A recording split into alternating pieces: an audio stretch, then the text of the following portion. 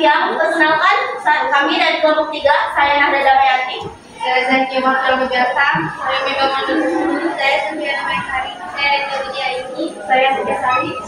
Kami akan membahas tentang perundungan di sekolah atau biasa disebut bullying. Bullying, oke. Perundungan atau bullying adalah perilaku tidak menyenangkan baik secara verbal, fisik, ataupun sosial di dunia nyata maupun dunia maya, yang dapat membuat seseorang merasa tidak nyaman, sakit hati, dan tertekan baik dilakukan oleh perorangan atau kelompok. Banyaknya kejadian perundungan di sekolah akhir-akhir ini harus menjadi perhatian semua pihak, baik itu guru, orang tua, masyarakat, maupun pemerintah sebagai pemangku kebijakan terhadap dunia pendidikan. Dampak dari perundungan sekolah banyak. Salah satunya ialah korban kerap menjadi introvert, tidak bersemangat beraktivitas, hilangnya kepercayaan diri, malah sekolah juga merugikan prestasi akademik. Dampak yang paling sering terjadi ialah korban ikut melakukan kekerasan atau melakukan balas dendam. Solusi agar perundungan ini dapat teratasi ialah: 1. Deteksi tindakan bullying sejak dini. 2. Memberikan sosialisasi terkait bullying. 3. Memberikan dukungan pada korban. 4. Membuat peraturan yang tegas di sekolah tentang bullying. 5. Mengajarkan siswa melawan bullying. Dan 6. Membantu pelaku menghentikan perilaku buruknya. Sekian dari kami. Ada yang ingin ditanyakan? Ibu yang pilih kelompoknya, yang bertanya sudah dipaparkan dampaknya sudah, solusinya sudah.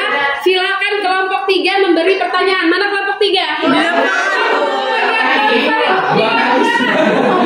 Kelompok 5 silakan bertanya kepada kelompok 3. Silakan Nurjana, kelompok Nurjana kan ketuanya ya. Silakan Nurjana bertanya ke kelompok Nahda.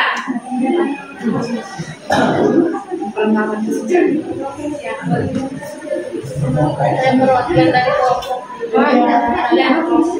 Ya. Apa saja contoh perundungan yang sering terjadi di lingkungan sekolah? Apa saja contoh perundungan yang sering terjadi di lingkungan sekolah? Nurjananya lagi sakit, suaranya pelan. Paham enggak pertanyaannya? Apa saja contoh perundungan atau bullying yang kerap terjadi di lingkungan sekolah? Salah satu yang paling sering terjadi dijauhi, nggak diteman. Dijauhi, nggak diteman. Terus kalau diolok-olok itu masuk di yang bersifat verbal. Kemudian ada juga secara fisik yang kayak sampai didorong. ya, secara fisik. Jadi bullying itu, Ibu tambahin ya. Bullying itu terbagi menjadi 2. Ada secara verbal, kalimat-kalimat atau kata-kata yang tidak menyenangi. Kemudian ada secara fisik. Fisik itu langsung kayak apa contohnya tadi? Didorong, dipukul. Itu masuk di kategori bullying. Bagaimana? Kelompok 5. Kemudian ada yang mau bertanya lagi? Cukup? Oke, kita mengefisiensi waktu. Masih banyak kelompok yang belum maju. Terima kasih dari kami. Wassalamualaikum warahmatullahi wabarakatuh. Waalaikumsalam.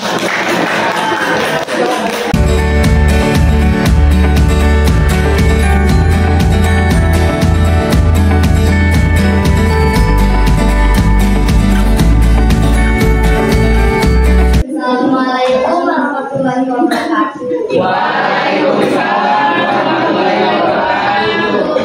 Ini kami sebagai kelompok 2 yang mempresentasikan tentang diskusi kami yang berjudul bahaya merokok bagi anak usia sekolah dan remaja, akan dibacakan oleh anak Abu.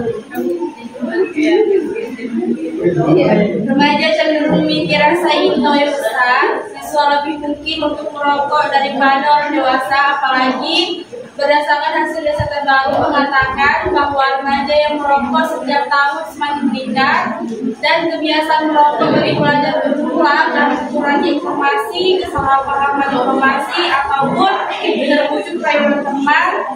Sebanyak 77% siswa merokok karena dari teman tanpa mereka sadari racun pengolahan kandungan itu.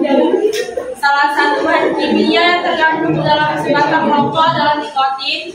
Nikotin sendiri memiliki efek yang tidak baik seperti membuat ketagihan, merusak jaringan otot, menyebabkan darah mudah mengumpal dan juga menjepitkan pembuluh darah. Dampak lain bisa dilihat dari perubahan perilaku anak seperti merokok belajar, gangguan daya tangkap, energi menurun, gangguan kecepatan, hingga depresi ringan. Adapun solusinya agar perokok aktif bisa berhenti dari kebiasaan merokok yaitu hindari berkumpul dengan teman yang sedang merokok, melakukan hal-hal positif lainnya seperti berolahraga, membaca buku atau hobi lainnya yang menyehatkan. Dan yang terakhir, yakinlah bahwa rokok bukan satu-satunya sarana pergaulan. Oke, sudah? Kelompok Risma sudah, silakan kelompok Kevin memberikan pertanyaan. Nih cowok-cowok ganteng yang nanggung. Perkenalkan, kami dari kelompok 4 akan bertanya kepada kelompok 3. Oke, silakan. Pertanyaannya, mengapa perokok pasif lebih berbahaya daripada perokok aktif? Mengapa Perokok pasif lebih berbahaya dibandingkan dengan perokok aktif? Sebelumnya ibu tanya, paham nggak pasif sama aktif yang mana? Coba Risma, pasifnya kayak gimana? Menghirup. Oke, kalau yang aktif pelakunya. Oke, silakan jawab pertanyaan Kevin. Terima kasih Kevin atas pertanyaannya. Jawabannya karena perokok aktif menghirup rokok langsung yang mana dalam rokok tersebut terdapat filter yang terkandung itu kayak zat nikotin dengan berbahaya jiwa. Sementara rokok pasif itu menghirup asap dari rokok langsung. Cukup, paham? Paham yang lain dengar? Oke, silakan kembali ke tempat. Sekian dari hasil diskusi kami. Jika ada salah kata yang dimaafkan. Wassalamualaikum warahmatullahi wabarakatuh. Waalaikumsalam.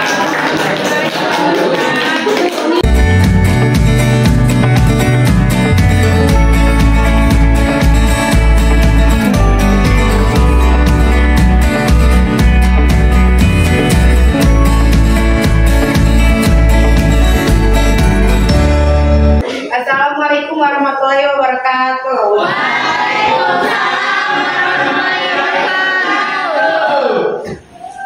Saya dari kelompok 5. Di sini saya akan menjelaskan peredaran miras di lingkungan sekolah. Perkenalkan, nama saya Novia Ramadhani. Ya, silakan lanjut saya saja Lia. Oke, silakan. Bahaya minuman beralkohol bagi kesehatan sudah sangat sering diberitakan bila dikonsumsi secara berlebihan dan dalam jangka panjang. Minuman beralkohol bisa merusak organ tubuh dan menyebabkan kecanduan. Bahkan tidak jarang juga terjadi keracunan alkohol yang bisa berakibat fatal. Banyak orang yang mengonsumsi minuman beralkohol agar merasa lebih tenang atau lebih mudah tidur. Namun, berbagai manfaat minuman beralkohol tersebut hanya bisa diperoleh jika Anda mengkonsumsinya secara bijak, yaitu dalam jumlah yang tidak berlebihan dan tidak terlalu sering terjadi. Dampak dari miras: dalam jangka panjang, minuman keras bisa menimbulkan berbagai masalah kesehatan kronis sepertinya tekanan darah tinggi dan penyakit jantung. Solusi dari permasalahan tersebut yaitu menghindari pergaulan bebas, menerapkan hidup sehat, melakukan kegiatan positif. Sekian dari saya, terima kasih. Jika ada yang bertanya dipersilakan. Oke, siapa yang belum ada bertanya? Kelompok A. Oke, kelompok dari Putri. Silakan. Putri Reski. Mauli Reski. Nanti kalau kelompok ini sudah maju belum? Ya, nanti aku masing-masing setiap kelompok. Saya memang belajar di kelompok 1 namanya komunikasi sistem boleh kayak gitu hal untuk ada kelompok kalian. Pertanyaan dari kelompok saya, apakah orang yang sudah kecanduan alkohol atau narkoba itu dapat disembuhkan? Terima kasih. Saya menjawab, iya. Cyanida alkohol atau narkoba bisa dipulihkan akan tetapi proses sampai sulit sering membutuhkan waktu mulai dari bulan sampai tahunan. Baik, terima kasih. Sudah. Apakah orang yang kecanduan itu bisa disembuhkan? Jawabannya bisa. Dengan cara seperti apa, Nak?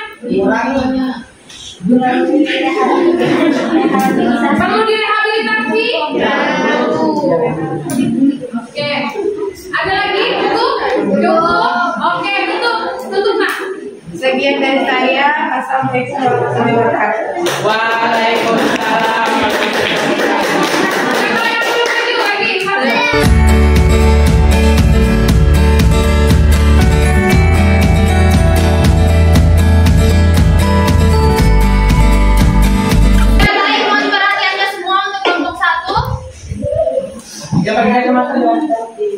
Ya, selamat siang semuanya.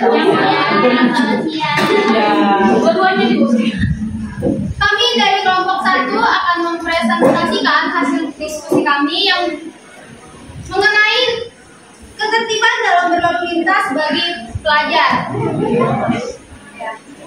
Sebelumnya, perkenalkan anggota kelompok kami. Yang pertama, saya Mauli Desi Kamudola. Saya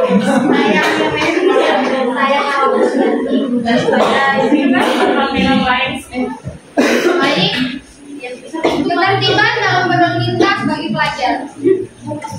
Pendidikan keselamatan berlalu lintas tak henti-hentinya digalakan kepolisian guna mengingatkan dan menanamkan budaya keselamatan dan berdisiplin lalu lintas, terkhusus untuk pelajar diminta taat akan peraturan lalu lintas.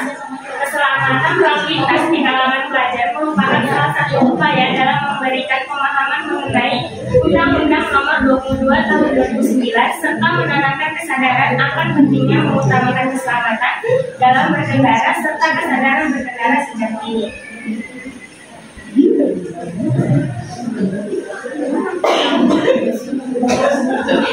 Dampak positifnya agar generasi muda sadar menerapkan sistem nilai yaitu etika dan budaya berlalu lintas yang aman, santun, selamat, tertib, dan cepat yang diwujudkan dalam kehidupan sehari-hari serta menurunkan risiko kecelakaan. Dampak negatif, pelajar masih dalam usia yang rawan sehingga minimnya menjadi keselamatan bagi pelajar dalam berkendara. Mengacu pada undang-undang lalu lintas, para pelajar melanggar hukum karena tidak memiliki SIM, ugal-ugalan, menggunakan knalpot, bising, dan lain-lain. Solusinya adalah untuk meminimalisasi pelanggaran dan kecelakaan lalu lintas di kalangan pelajar. Di samping itu perlu ketegasan dari aparat kepolisian, hal yang tidak kalah penting perlu ketegasan dari orang tua dan sekolah. Sekian dari kami. Ya, jadi itu dia presentasi dari kelompok kami. Untuk teman-teman, jika ada yang kurang dipahami, silakan bertanya. Perwakilan kelompok 6 ingin bertanya kepada kelompok mengapa pendidikan lalu lintas diberikan di sekolah tingkat dasar? Baik, terima kasih atas pertanyaannya.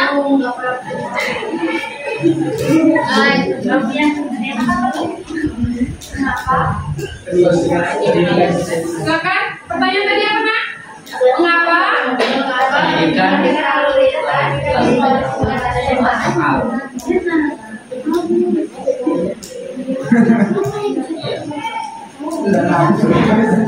Ya, diskusikan dulu. Siapa? Ya, jadi kami akan menjawab pertanyaan dari kelompok 6. Jadi, kenapa pendidikan lalu lintas itu biasanya diberikan di sekolah SMA, SMK gitu? Karena maraknya kasus laka lantas itu terjadi. Korbannya itu biasanya para remaja, muda, gitu. Ya, karena mereka kurang tertib akan aturan lalu lintas, ugal-ugalan di jalan gitu. Apakah cukup paham? Oke, ada lagi? Cukup? Silakan, Reski ditutup kelompoknya. Baik, sekian presentasi kami. Terima kasih atas pertanyaan yang telah diberikan. Terima kasih dan selamat siang untuk kita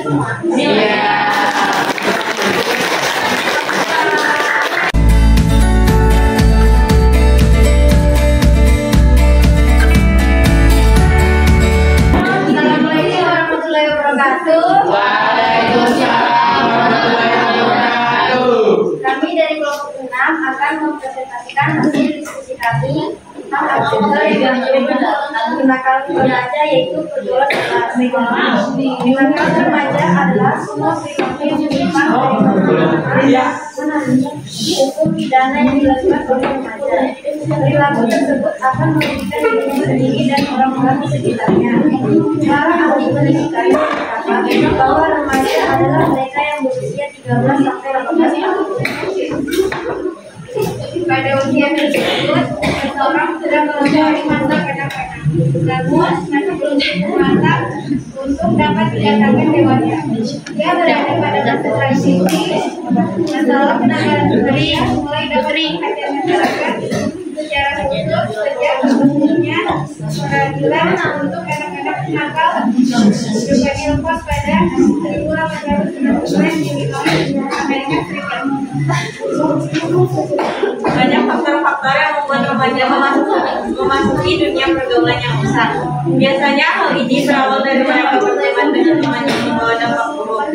Karena masa remaja itu masa di mana keadaan psikis remaja mudah terpengaruh.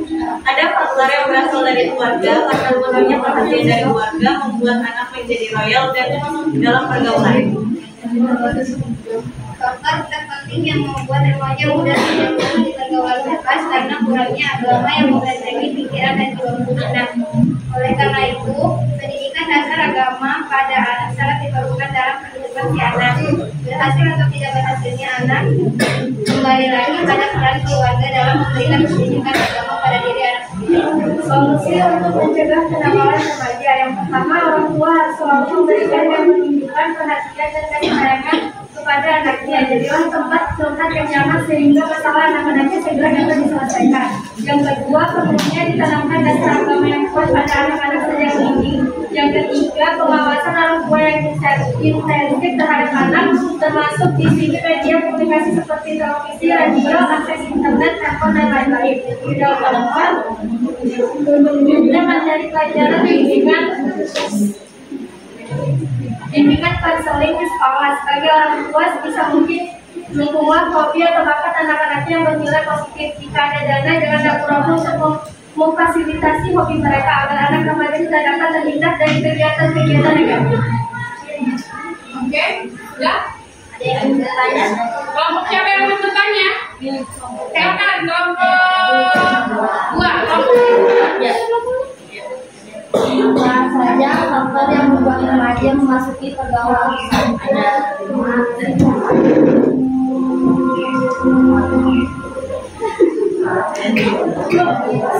Silakan dirubuk dulu baru dijawab.